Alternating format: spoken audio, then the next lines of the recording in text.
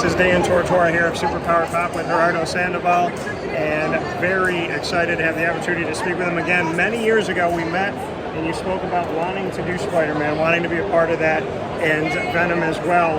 In less than a year after we spoke, you were creating your first Venom panel. Just what it means to you to look back on that time and to now have spent a bunch of years creating Venom. Well, I can't say that it wasn't a dream, because it was, you know. It was special for me, but at the same time, when you are working for Marvel Comics, you can notice how fast you are moving around, because it's a job, you know. Yeah. And you are doing Guardian 3000, and then next day you are doing Spider-Man or Venom.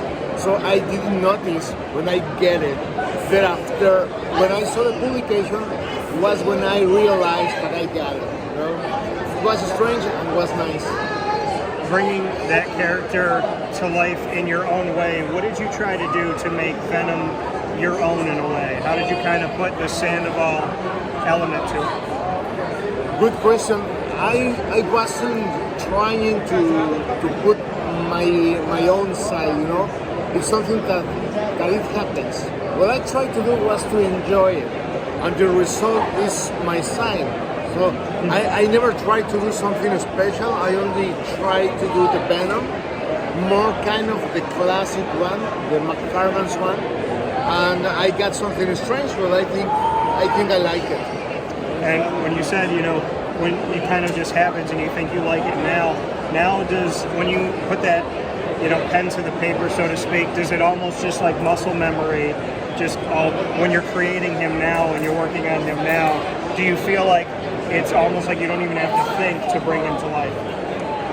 I think I need to improve, you know, and I think that when I am doing the Venom, because I'm still working on Venom right now, when I am doing the Venom, I try to make it better, because sometimes when I see the result of my art, I like it, sometimes I don't, but I am trying to do is to improve myself, and right now what I am trying to do is something more flexible, that we can see his muscle, these muscles, but at the same time flexible.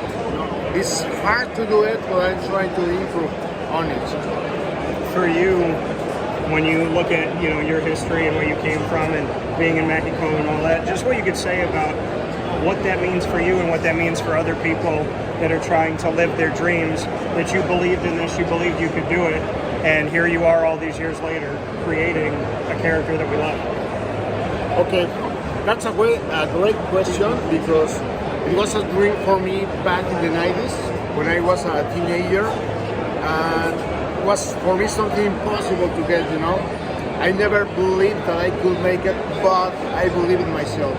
I saw that like a biggest dream, but at the same time I was practicing and doing whatever I can in order to make a profession from this. I was living in Mexico, working for little companies, but the projection of my dream was to become a professional. So I was drawing 5-8 hours every single day, 365 days a year, you know. And what I can tell to young people, to all the teenagers or kids that are trying to break into the comic industry, is not easy. You need to practice, you need to be realistic, you know, because I must tell you, I know a lot of kids and teenagers that are coming to me, showing me their work, and they do not practice. They are not doing what is enough. So guys, kids, it's not easy. You need to practice, because this is a really hard way to work, and you need to learn to study a lot in order to break it and do it. So my advice is make it real, working hard. When you're creating the panels and you're telling the story that the writer has put out there, just what you could say about the writer to the illustrator to the writer, and that marriage of trying to put a good book together. Okay, again, it's not easy. Yeah. And every single writer is having a different style to work, you know. Since I am working for many writers in the same year, I need to understand the way he's writing again in the first page. I need to again start over. And the communication is good because we are professionals. So if I have any doubt, I need to ask, and he's going to answer me. So we make it easier because we have communication. So he's giving me his ideas, and he allowed me to put my style and do my own design of page. Nobody is having problems with each other because we always communicate, and that's the key, the communication. Who is Venom to you? Venom is that character designed by one of my biggest heroes and the writer that did the greatest comic books in the 90s. Venom is the inspiration that becomes in a reality for me, and I never noticed how big Venom was for me until I got it. Venom is my inspiration, my illusion, my dreams, and my today. Final note here, if the Venom symbiote bonded with Gerardo Sandoval, what would you do? Okay, that's a hard question.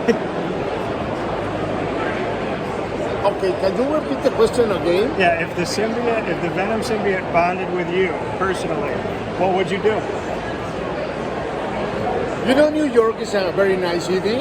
I love to be flying in the buildings, just watching, having the air in my face, because I think that I will do something fun instead of doing war or causing problems, you know. I will be enjoying the life. It's what I will do.